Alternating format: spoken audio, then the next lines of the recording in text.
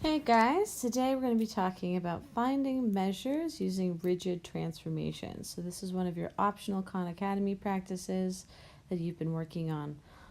So when we're finding measures using rigid transformations, I want us to start by thinking about some of the previous knowledge that we're going to be using in this activity. So when we find the measures, we're then going to be using them to find area and perimeter of particular figures. So when we're finding the area of figures, you can think back to middle school. And in middle school, we mostly worked with the area of rectangles and with the areas of triangles. And the relationships between these areas are actually very similar.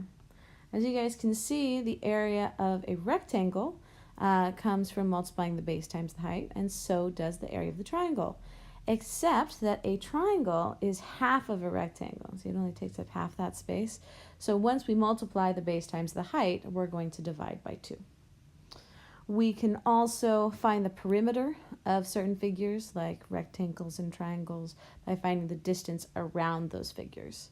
So you just have to add up all the sides. As you can see in these diagrams, we don't actually have the length of all the sides, but we could find the length of each side by using either the Pythagorean theorem when it comes to the triangle, or we could be using properties of rectangles in order to find the other sides of our rectangle.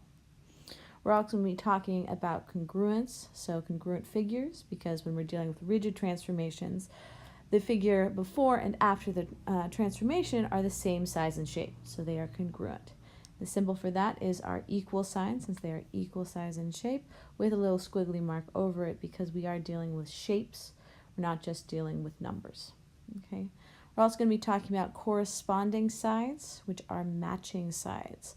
So if you look at the figures above, you can see that in these two rectangles, one of them is somewhat invisible, it's just in dots, while the other one is more solid, but the height of these two rectangles match because they're the same size and shape.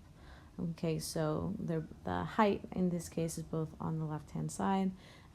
This was the figure before and after. So these are the corresponding sides. All right, so let's move on to a sample problem.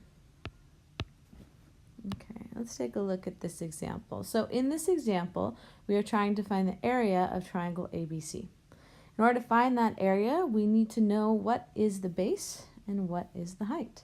And in our figure, we were only given the height of 3. As you guys can see, that's the red side AC.